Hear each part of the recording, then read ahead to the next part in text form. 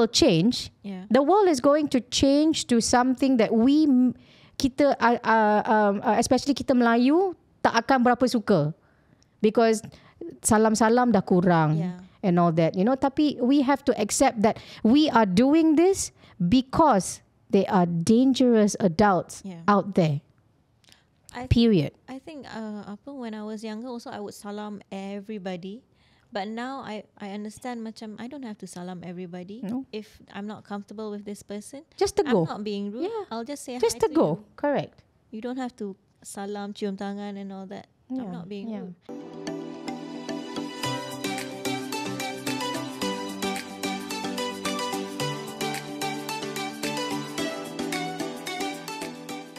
Hi semua, welcome to Berani Bicara Jangan Sentuh Saya, a podcast by Children's Protection Society yang kita buat khas untuk anda semua, so we can talk about the important stuff like keeping kids safe and strong.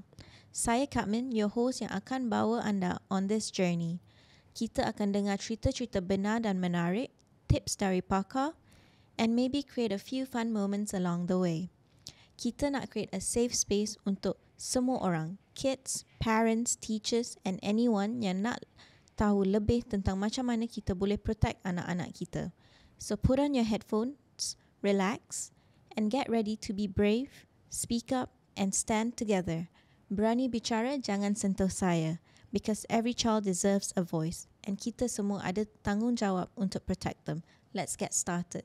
So, hello, on today's episode we have Nawiza Arif, our Vice Chairman of CPSKL. Hi, Min. Hello. So, you've been involved with Children's Protection Society for a while. How long have you been with us? So, nak katakan saya from right after I graduated. So that was in 2000 and I graduated 2003. Lepas tu bila saya balik, my father kata kat saya, okay, first job yang you kena kerja is dekat his children's home, Children's Protection Society. So that was in 2004.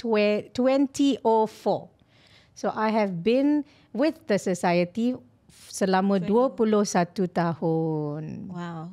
So how I got started was that I balik, macam I kata tadi kan, I balik, my father kata, you need to work dekat my children's home, you need to jaga administrator, buat kerja administrator, and get to know the home, because you need to do some charity work before you go out and get a proper job. Okay. So nak dikatakan dipaksa tu, iyalah juga dipaksa kan, tapi I think for a good cause, okay, I did it. So how long were you with? So I was working dengan Children's Protection Society selama 4 tahun. Full time job 4 tahun. Wow. And at that time, gaji pun diorang tak bayar. Diorang tak boleh bayar gaji at that time, because they cannot afford a fresh graduate. Betul tak? So what happened was that my father, bapak saya, okay, I'm going to call myself Nawiza lah. Nawiza. Bapak Nawiza would donate money to the Children's Protection Society every month, so that he can pay you. So that the Children's Protection Society can pay my salary. So he did that for 4 years. Wow. Yeah, just so that I can work and I get a bit of income. Yeah. And what was it like working at a children's home? It was, wow, it is an experience yang I would encourage semua children, fresh graduate, if they can afford to spare a couple of years, it is memang bagus, because you know why? It makes you a bit more human. Yeah, and then to understand that you are so privileged, there are also children who are not privileged there. So you can see your lifestyle and all is like you're so pampered and privileged, and then you have another 16-year-old who is not living in the same condition as you thought is like a normal day. Correct. It is a experience yang saya tak akan lupakan lah. And I am glad my father encouraged me to work in the children's home. I'm thankful for that. So, can you cerita tak Children's Protection Society ni? What is their role? Apa diorang buat? Children's Protection Society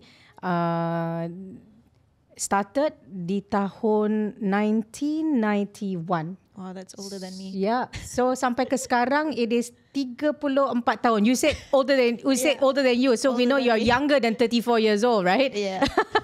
So everybody, Kak Min is younger. She's quite young. She's not 34 yet. Yes. And she's young and available. So started in 1991, 34 tahun yang lalu, and at that time cuma ada 3 members. Which is my father was the founder of the Children's Protection Society. Lepas tu kita ada kawan my father, which is Datin Kana. She is a GP. And also doctor. We had doctor, and then kita dia ada lagi seorang Miss Magdalene Leong. Okay. Also my father's friend, who is actually masih bekerja and attached to Children's Protection Society sampai ke hari ni. Wow. Yeah. 30. So how Children's Protection Society started was that masa kita kecil-kecil dulu, we grew up with a single father, a single parent. So kita dibesarkan dengan dengan pembantu rumah lah. They need to have pembantu rumah to help masak, satu masak dengan satu untuk help clean the house and what not. So time tu saya kecil lagi, about 7 tahun, 8 tahun. And ada satu makcik ni yang kerja dengan kita. Dulu kan jarang orang dapat Indonesian maid, Filipino maid kan. Selalunya ialah maid yang kita dapat dari, macam saya duduk kat Penang, so dekat Kedah, dekat orang-orang kampung dululah. Orang-orang kampung. So ada satu makcik ni yang duduk dengan kita, jaga kita. Tiap-tiap malam dia nanti nangis. Kenapa? Tiap-tiap malam dia nanti nangis. Because dia makcik tu nanti tidur dalam satu bilik dengan Nawiza. So tiap-tiap malam dia nanti nangis. Sampai satu hari tu saya rasa macam yang ni dah macam a bit too much kan. So the next day I went to my father's room. I kata, "Daddy, makcik tiap-tiap malam nangis, Daddy." So my father pun macam kenapa So my father pergilah tanya makcik kan, kenapa anak saya kata makcik tiap-tiap malam nangis. So makcik kata, makcik ceritalah, Datuk, saya risau, saya ada 2 anak yang dekat kampung. Satu dia dah kahwin tapi cerai. Dia ada 2 anak yang dekat kampung. Satu umur dalam 10 tahun, lagi satu 4 tahun macam tu. Dan dia orang duduk dengan mak saya. Tapi mak saya dah tua. Mak saya tak boleh. You mean nenek? Nenek lah. Dia orang duduk dengan nenek sebab mak dia orang kena datang bandar nak kena kerja. So dia orang ditinggalkan dengan nenek dia orang. So dia nangis sebab mak dia pun dah tak larat. So anak-anak dia kadang-kadang satu hari tak makan sebab mak dia tak boleh keluar pergi beli makanan. So dia orang kadang-kadang macam neglected. Tapi bukan neglected sebab tak ada kasih sayang ke apa ke, tapi because invalid. The mother was invalid. So my father fikir, alamak, makcik ni datang ke rumah saya nak tolong besarkan anak saya, tapi anak dia ditinggalkan. It's being abandoned. So my father kata, okay, tak apa, saya nanti kita bawa anak-anak makcik ke bandar, kita akan letakkan dekat children's home. So at least dia orang boleh pergi sekolah, dia orang ada pelajaran, dia orang ada cukup makan. Lepas tu makcik punya mak jangan risau, nanti kita hantar duit, kita nanti tengok siapa yang boleh jagakan. So my father pergi to a few homes in Penang, tapi time tu tak ada satu NGO pun yang ambil kanak-kanak yang masih ada mak atau bapa. Cuma ada anak yatim perempuan. Anak makcik ni perempuan lah. Rumah anak yatim perempuan, dan mereka cuma ambil yatim piatu. Yatim piatu is kalau mak bapak tak ada dua-dua kena tak ada. Kalau seorang meninggal pun itu bukan di yatim piatu. Bukan yatim piatu. So dia orang tak boleh masuk. So dia orang tak boleh. So bapak saya kata kalau semua children's home macam ni, macam mana kita nak bantu single mothers? Macam mana kita nak bantu fathers yang isteri dah meninggal ke apa ke? Macam mana kan? So my father fikir. My father kata, okay, saya nak buka satu Children's Protection Society untuk that would allow children underprivileged to come and live in the house. So that is how it all started. Is me lah being a busybody lah kan. Tapi alhamdulillah, you see, we've got a home for children with less privilege. Yeah, so the children dekat Children's Protection Society are not anak yatim piatu. They have parents. They have parents. Kadang-kadang dua-dua ibu bapa pun ada. Ada. Yes, ada. So what the Children's Protection Society is now, right, is a home. Kita mengambil budak-budak from the age of, I think dah boleh bercakap tu, dah boleh ambil lah. Kalau yang tak boleh bercakap tu, yang nak kena menyusu lagi tu, yang pakai pampers tu a bit susah.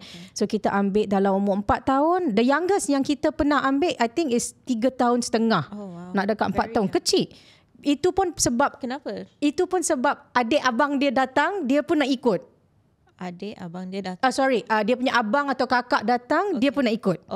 So kita ambil budak-budak daripada sekecil 4 tahun sampai habis sekolah menengah 17 atau 18, kadang-kadang dia orang lambat sikit, 18, 19, any race, Melayu, Cina, India, we don't go by race. Anybody is welcome as long as you the parents feel that they have not they can't support, they can send it to our home.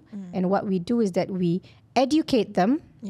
We send them to school, we get them registered. They come back from school, we do activities with them, and then food is provided. There are house mothers, there are administrators, there are house fathers as well. For the boys. We've got drivers.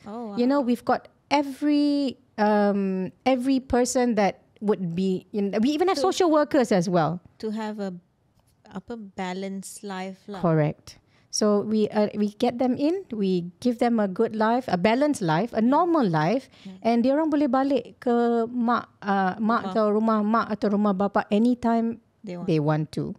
So but most cases now yang kita dapat tu ialah cases yang children who have been abused. Children who have been abused, neglected. Those are the kind of children that selalunya kebajikan akan telefon kita, akan kata ada case dekat certain places ni, can you go and investigate? So usually when we investigate, yes, the house condition is very bad.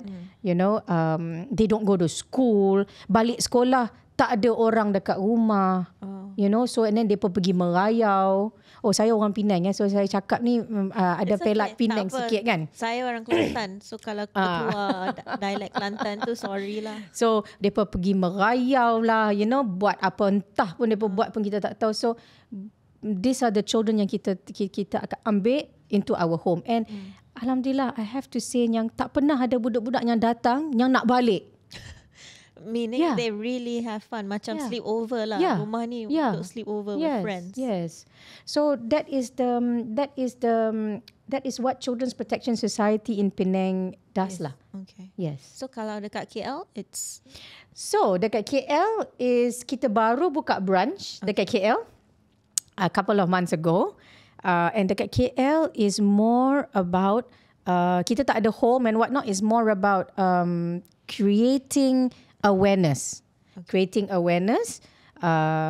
Kita ada komiti dekat sini juga yang kita akan keluar ke sekolah-sekolah ataupun areas yang not so developed untuk teach them about awareness, safe touches.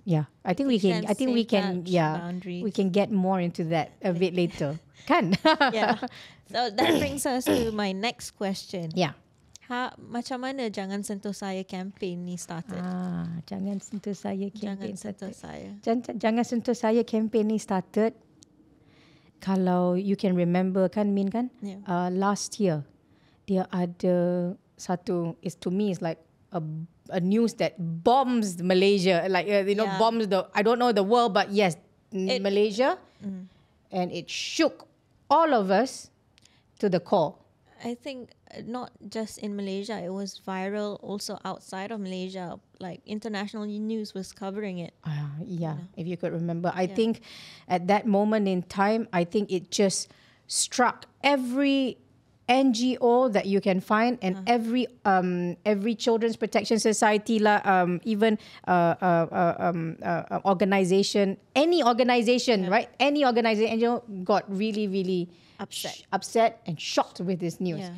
And the president of the Children's Protection Society, which is Datuk Sri Nazir Arif, what he did was that he brought out this statement in the media, and the title of the statement is "No More Silence, a cry for justice and reform in child welfare homes."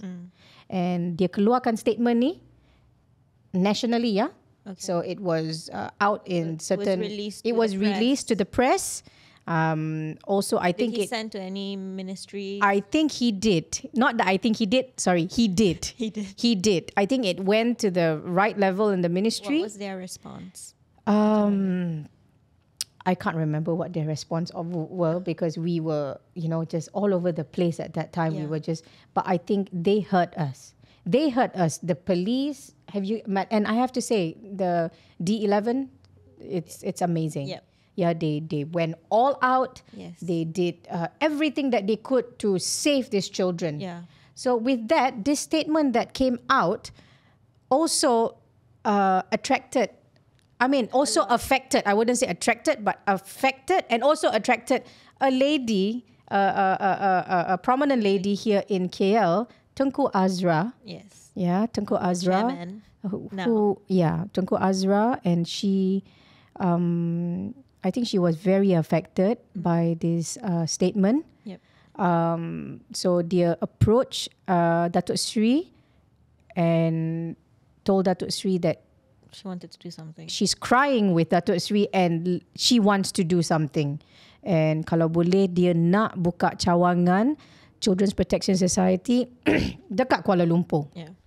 And what can she do to help Yeah.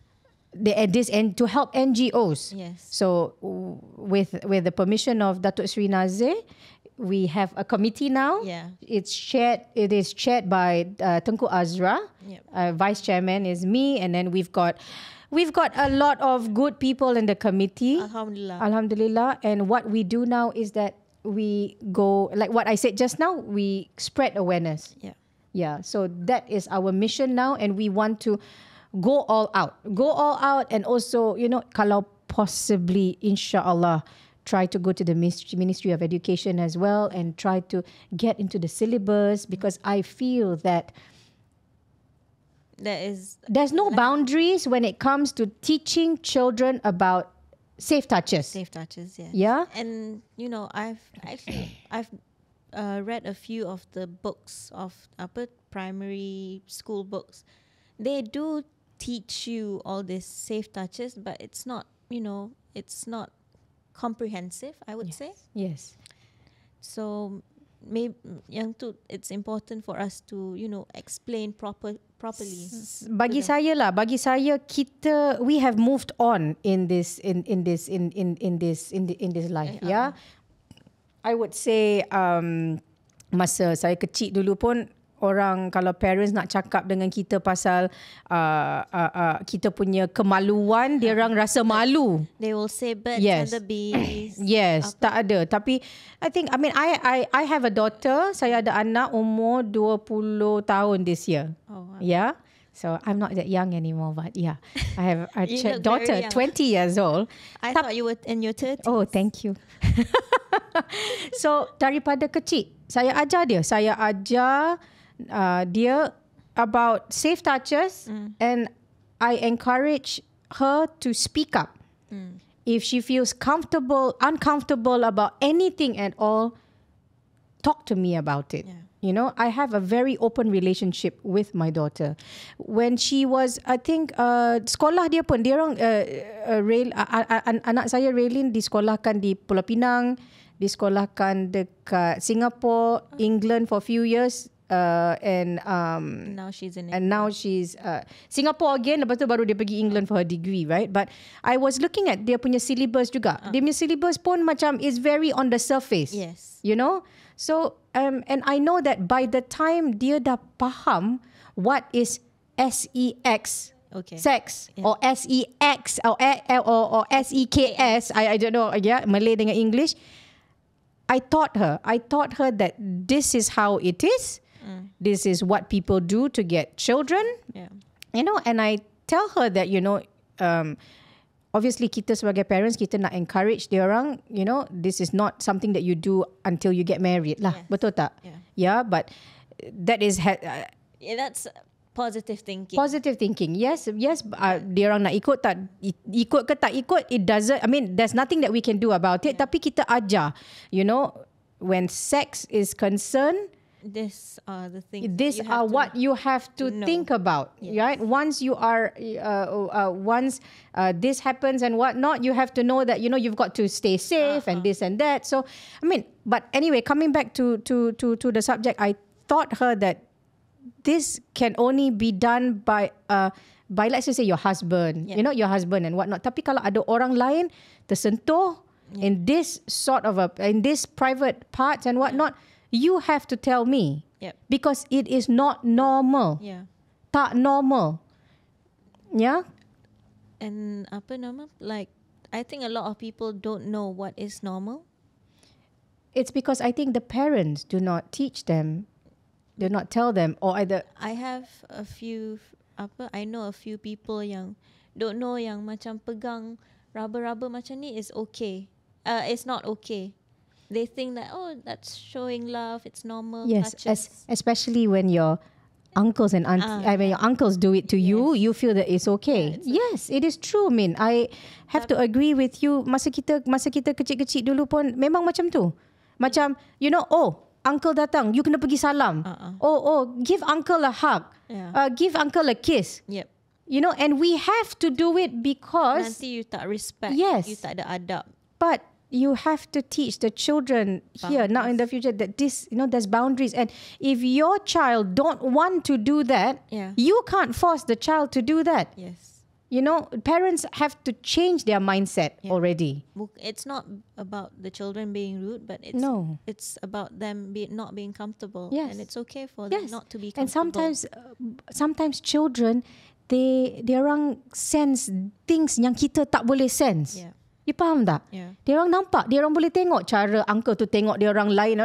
They know that it is not right, tapi dia tengok mak dengan daddy okay saja dengan uncle ni, so we should trust the uncle too. But no, children sometimes they see things that we don't see. So you have to listen to your children. Yeah, but itulah a lot of people during my time they're like, oh, rude bila you tak pergi salam. But you know, you have people yang bila you hug them, they like rubber you, and then you're like dumbfounded. Yes, nak buat. correct. Tapi Like that bila day, nak cakap dekat your parents, you takut your parents kata you marah. menipu. Yeah. Like that day, ada a couple of weeks ago, okay, I've got two friends that yang datang ke rumah. Dia orang datang dekat rumah. Seorang my husband dengan two of these parents are friends. Okay. Lepas tu anak dia orang punya anak baru jumpa each other, so you know, main-main and whatnot. Tapi anak A ni tak pernah jumpa anak B. Anak A ni tak pernah jumpa uncle uncle B. Anak B ni tak pernah jumpa uncle A. Okay, this is the first time jumpa. So masa nak balik, I was just watching. Masa nak balik, I was sitting there and then seeing them getting into the car. Uncle A ni cakap, go and hug uncle and say goodbye. So budak ni pun pergilah pergi hug uncle, bye-bye uncle. So the uncle B ni kata, okay, go and hug the other uncle to say goodbye. And anak yang anak B ni tak nak. Oh. Tak nak. Lepas tu bapak dia macam termalu. Oh. Lepas tu mak dia kata, go lah. So I had to turn to the mother and said, kalau dia tak nak, jangan paksa. Jangan. Because by you forcing them to do something that they don't want to do, lain kali, they would also do the same thing dengan strangers. Yeah. So jangan. Kalau dia tak comfortable, anak you tak comfortable, jangan paksa dia buat. We as an adult kena take it like it. We cannot be offended by it. Tak boleh. Because you have to respect the child as well. The child is a human as well. Yeah. How you want to be respected, you have to respect. You have to give the respect to the child. As simple as that. The world will change. Yeah. The world is going to change to something that kita especially kita Melayu tak akan berapa suka, because salam-salam dah kurang and all that. Tapi we have to accept that we are doing this because they are dangerous adults out there. Period. I think when I was younger also I would salam everybody. But now I understand macam I don't have to salam everybody. No. If I'm not comfortable with this person. Just to go. I'm not being rude. Yeah. I'll just say Just hi to to go. you. Correct. You don't have to salam, cium tangan and all that. I'm not being rude. I think we went off topic, didn't we? Yeah. Did we? Yeah, we did. Oh my goodness, sorry. Circling back to Jangan Sentuh Saya. So Jangan Sentuh Saya actually we did a video campaigns on TikTok. Yes. as well. So Jangan Sentuh Saya campaign. Yes. If all of you can remember, we've got Kak Min here. Yes. Kak Min did a few TikToks, and she was, she became very famous, right? Not famous. Right? I would say She was famous. fantastic in the TikTok. And Min, why don't you tell us about your TikTok videos now? Okay. I thought I'm supposed to be asking you the No. questions. You see how I turn the table? So, the Jangan Sentuh Saya videos kita buat, I think we had like 15, 20 videos ke? And then actually one video actually like blew up. Kita dapat 200,000 views on TikTok. And then on Instagram also we posted beribu-ribu views juga. But the video yang kita post yang banyak view is about digital safety lah. About kids being exploited online. So itulah Jangan Sentuh Saya. So I tell the kids, in that videos I would teach them apa the boundaries, apa safe touch, kat mana orang boleh sentuh, tempat-tempat mana yang. And every video pun dia ada banyak viewers kan? Yes. Huh? Every video has at least a few thousand views. A few thousand views, right? So And can I ask you, among the 15 to 10 to 15 videos yang Kak Min buat, kan Kak Min?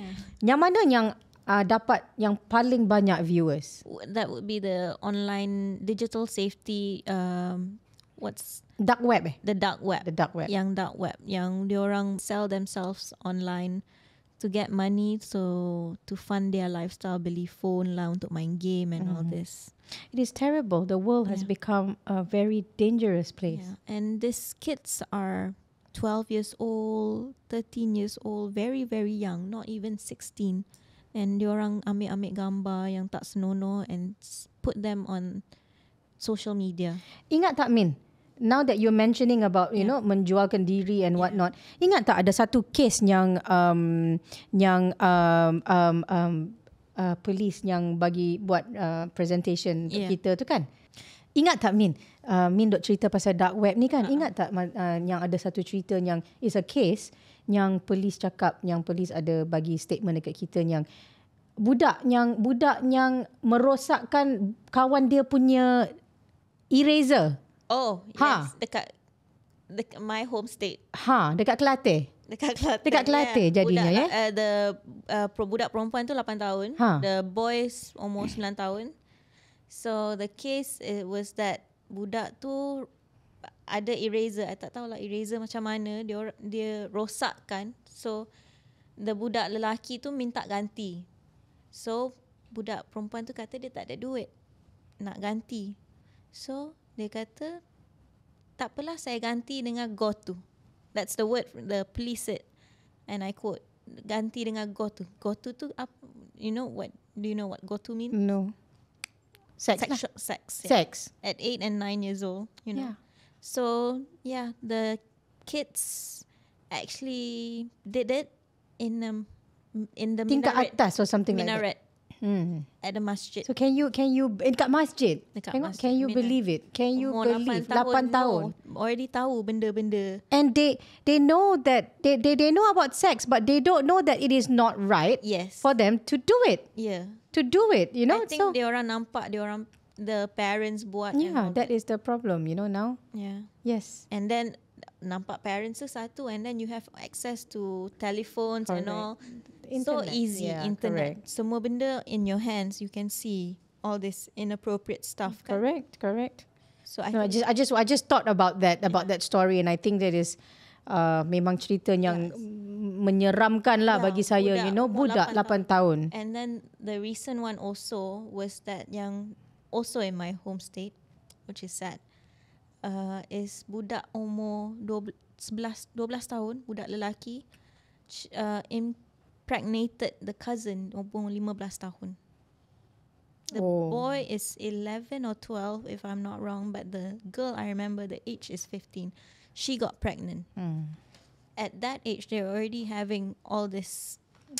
Yeah, because I think they've not been taught properly.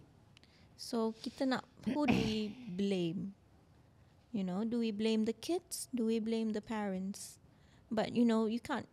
I see a lot of people also say, apa, ibu bapa tak ada time nak monitor anak-anak apa dia orang buat on the internet, you know. Right, So right. that at one angle you think like betul juga, you know, they're busy making money to feed the children, Yes. but they don't know, you know, what the children are doing. So that's where I think we come in lah kan. We Yeah. come in, you know, to And educate. To educate. It's educating the children at that right age. Yep. Yeah. As young as you can. At the moment they understand Yep. how to speak and whatnot, you've already got to teach them Yes, the right boundaries. safe Boundaries, touches, correct. apa- apa yang, you know, people tak boleh buat dekat you, apa, kalau you rasa tak selamat, then you have to trust your instinct. Yeah. Okay, moving on to my next question. You know, we've heard stories on the news and all, but can you tell me apa cerita while you were working dekat CPS? Any interesting stories? How Well, kid there's- was rescued? There's a lot of interesting stories that I can share. Tapi one that really touched me because I was working there masa time yang jadi tu kita dapat phone call daripada welfare untuk pergi rumah, and I think it's an Indian family living in an estate. Yeah, so the social workers went pergi ke rumah dia orang, ada mak bapak. You know, they are okay. Mak bapak, ada 2 orang, ada 4 orang anak, aku tak silap. Okay. Ada 1 kakak, lepas tu 2 adik laki-laki dengan 1 adik perempuan. Yeah. And tak pernah pergi sekolah. Dia orang tak pernah pergi sekolah. Birth certificate pun tak ada. Oh, Yes. how lahir kat mana? Lahir dalam estate. Dalam estate lah, I guess. Elda. Lepas tu, maybe. I really tak boleh ingat dekat mana ni. It's somewhere dekat Penang seberang lah. Tak tahu kat mana kan. So what we did was that we asked permission from the parents. Time ni kita tak tahu apa lagi Ask permission from the parents. Kata kita nak bawa 4 anak ni datang ke Children's Protection Society. Kita akan buatkan birth certificate. Kita akan register dia orang ke dalam sekolah. Lepas tu once parents dah okay, you know, a bit stable, because rumah tu macam, masuk rumah tu kan dia tak ada bilik tau. Semua duduk dalam satu compound saja. Macam rumah masuk-masuk tak ada separate room and all that. Tempat dia orang tidur, dia orang Tak, semua dekat sana je. Macam tak ada bilik. Macam kitchen dekat satu corner, duduk sofa, duduk dia orang tak terlantak. Okay. Well, anyway, kita bawa budak-budak tu datang ke CPS. So kita register bagi sekolah yang anak yang nombor 1 perempuan tu kan. Dia tak boleh pergi sekolah sebab dia dah umur 14 tahun tapi dia tak tahu baca. Oh. Dia tak tahu baca, dia tak tahu menulis. Yang adik-adik dia tu kecil lagi. Jadi boleh register ke sekolah dan boleh start standard 1. Tapi how can we put a 14-year-old in standard 1? Betul tak? So what we do is that we educate her at home. We give her private lesson at home. So there was one time she came to me and she said to me, and at that time I was pregnant. Yeah. She came to me. Years ago. Yeah, many 20 years. She came to me and she rubbed my stomach and she said, sister, I really like, they call me sister at that time, yeah, and I really like staying here and whatnot, but I also miss my home. So I sat down and chat with her and I said, what do you miss so much about your home? Because there's nothing there. Oh, because at home, because dekat CPS, children kalau datang, dia orang kena buat kerja rumah juga. Kita ajar dia orang kena make your own bed, kena cuci baju dia orang sendiri, kena mop, kerja kebersihan. So dia kata dekat rumah, dia kata, dia cakap macam biasa dekat rumah sister, pagi-pagi mak saya nanti keluar dengan adik-adik saya pergi dia orang penori getah. Penori getah. Bapa saya pun nanti keluar, saya cuma masak saja. Saya masak dekat rumah, lepas tu nanti petang tu bapa saya nanti balik ambil makan, lepas tu bawa pergi. So boleh bagi dekat mak dengan adik-adik. Tapi sister kan, bapa saya kalau balik rumah, bapa saya selalu peluk-peluk saya. Oh, peluk. So saya pun macam okay. Peluk. Lepas tu dia cerita lagi. Bapa saya nanti tidur dekat katil dengan saya, lepas tu peluk-peluk saya, lepas tu bapa saya nanti pegang-pegang saya. She's trying to explain to me that the father had intercourse with her. Oh. And dia kata lepas tu bapa saya nanti pergi bawa makan. Lepas tu esok nanti sama lagi. And saya sayang dengan bapa saya. Dia 14 tahun. 14 tahun. So to her, and when I heard it, I'm like, oh my goodness. She doesn't know that this is not normal. The father comes home to have sex with his daughter, and then goes out back to work. Go back to work and bring food for the rest of the family. But he does this every single day. And this poor child thinks that this is normal. This is the way that he shows that he loves me. When I heard it, my heart just sank. Yeah. So we get this kind of a children that comes, and lah, kita dah pregnant, lagi kita emotional, right? Yeah. So, these are the kids that we get in our Children's Protection Society. This is one of many that we have rescued.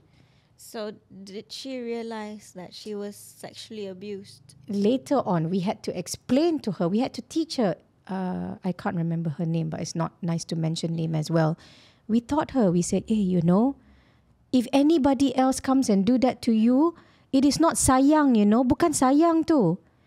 Yang tu memang perbuatan yang salah. Tak boleh bagi orang pegang you macam tu. Oh, but sister, that's how my father loves me. So it was difficult to instill it for her to accept that is not right. You see? But thankfully, alhamdulillah, the younger sister tak pernah kena. Oh, alhamdulillah. And the two brothers doesn't know about it. So I think later on, the case, we didn't, we reported the case, right? We told the father, we know what happened. We told the mother, but obviously the mother didn't believe. But we told the father that we know what happened, we've got to report you. But we didn't send we didn't send the children back until they were much older. Until bila dia orang dah habis sekolah, dia orang boleh dapat kerja sendiri, then only they left on their own will. Tapi these are one of the cases, but this case really touched me. To know that 14 tahun and you think that that's normal because your father loves you and this is how your father shows his love to me. I'm like, memang that one memang until today it hits me in the brain. I think that's why from a young age kita kena tahu boundaries, apa itu safe touch, because cases like this lah, diorang don't know how to differentiate apa itu sentuh sayang ke sentuh something else yang meaning something else, That's why I am very, very happy and glad that we created this branch in KL, Children's Protection Society, because I think there's a lot of work that needs to be done. We have to go out to rural areas and to teach the younger children, hey, listen, you can voice out. You can, usually when we go for all these campaigns and whatnot, we will go in big groups. Kita pergi dengan kita punya committee members, kita bawa D11 as well. Untuk PDRM, untuk datang, untuk bagi taklimat. And we have Kak Min over here who does interactive with the kids to tell them, soal jawab, and all that. And I think this is very important, and we are going to go all out. And inshallah, in the next couple of weeks, we are going to go to Pahang to go and give a seminar as well. And we are going to go to every state that we can and every corner that we can find. No place will be left untouched. No place will be left untouched. And I think we want to tell the young ones that kalau you feel that there is a slight you feel that you are slightly abused as well, you have a case. You can call us, get in touch with us, Children's Protection Society, and then we will help you file the case, because every voice matters. Every voice matters. And the children are our world. Yes. The children are our future. Yes. And we are here to make sure that the future generation will not be neglected. You will be heard. Okay, this would bring me to my next question. Kenapa early reporting ni matters? Because early reporting matters is because of this. It's because early reporting matters as well because let's just say you are physically abused. You ada tanda-tanda dekat badan you. That is a time when you have to go to the police, report, and then you go to the hospital, buat report as well, and dia orang takat gambar, and we will and there's and then there's a dekat hospital besar semua ada one stop center. Correct. Ada polis, yes. Orang boleh buat. But not to say that kalau benda tu jadi baru boleh report. Kalau benda ni jadi 2 tahun lepas pun boleh datang ke police department to report. They will still take your report even if it's after 2 years. Yes. Yeah? So don't forget that. So early reporting really, really matters because it will prevent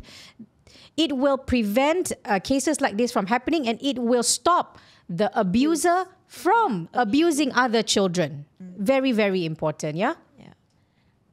Okay, next one. Okay, baru-baru ni kita juga ada case viral. Have you heard?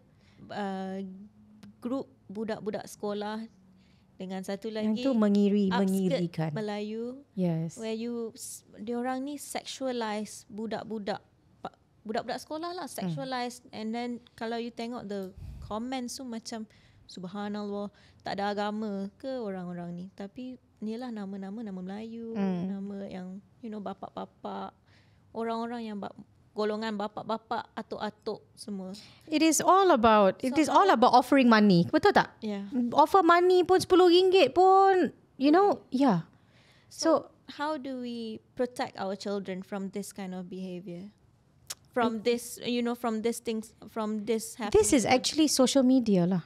I would say social media. Right? Yeah. Don't you think so?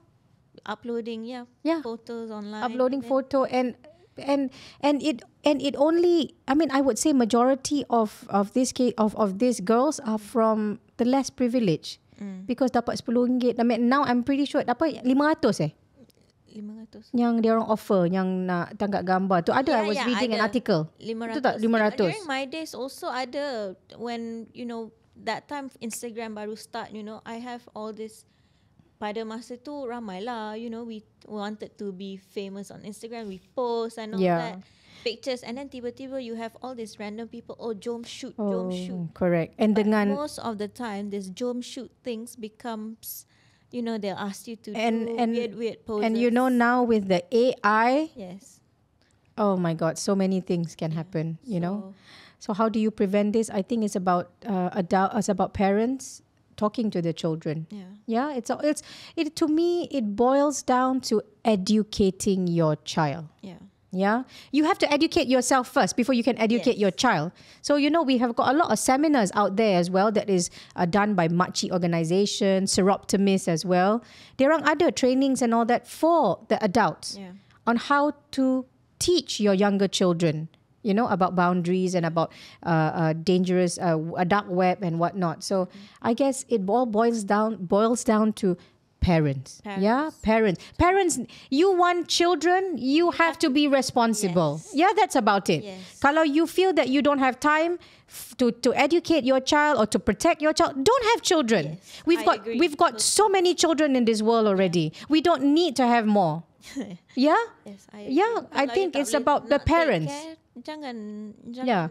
We as adults, we are responsible to care to care and protect the younger ones.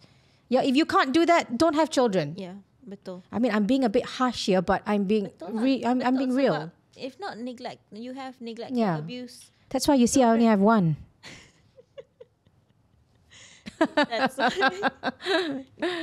so okay. Well, anyway, I think we have exceeded our time, have we? Yeah, I think so. I think there's more to talk about. Ada banyak lagi kita nak cerita. I think we are going to maybe keep it for the next podcast. Next episode. Next episode, you think? I think today you're invited as guest, tapi I rasa you become the host better. Maybe the next round I interview you. Yeah. Yeah. I think moving forward we'll have you as the host. Oh my goodness. I think there's a lot to discuss and I think let's continue doing this. Yeah. It's important. It is. Yeah, it's very, important. Very important. It's about just talking. My advice to you as parents is talk to your children. Talk to them on a daily basis. Yes. Cakap dengan dia orang hari-hari. Dia orang nak cerita apa-apa pun, dengar je. Yep. Dengar saja. The best time for you to speak with your kids is when you are sending them to school, when you're alone with them, and when you are driving them back. They're your captive audience. Yes. My mom loves to do it to me. Correct. Especially when they are coming back from school, that is when banyak benda jadi dekat sekolah and dia orang nak cerita. Yep. Cerita to somebody. Yes. That is the best time. What's And also in the morning time is good as well because they're already fresh. Yep. And then they have thoughts, they have questions. And that is when they start asking you as parents, oh, mama, this and this. Mama, why that and that? Mama, this and this. I used to have conversation like that a lot with my daughter. So it's about happening now. Oh, it is. So most importantly is that you as parents talk to your children. Yeah. Just talk. Doesn't have to be about safe touches, boundaries and whatnot. Talk about anything. Let them know that, hey, I'm here. Yes, you're comfortable. They need to be comfortable with you to be able to tell you what's bothering them. Yes. Yeah? You've got to earn their trust. Yep. True. Period. So I think today's episode. Thank you so much, Min, for having me as your first guest. Thank you I'm so much for I'm so being honored. The guest and the host. Yes. So I hope people will tune in to this episode and all the upcoming episodes. We have so many exciting topics to discuss. Yes. Should you let them know where they can follow you? Yeah. You can follow us on Instagram. Our handle is Children's Protection Society. Dekat YouTube also Children's Protection Society, and we also have a Spotify, Children's Protection Society. So senang, semua tiga-tiga Children's Protection Society. Tapi TikTok je, jangan sentuh saya _ So yes, please do follow, subscribe and like this podcast so that we can continue to do more videos like this. Yes. To educate everyone, not just children. Anyway, thank you so much, Min. See you again soon. Assalamualaikum, everybody. Thank you.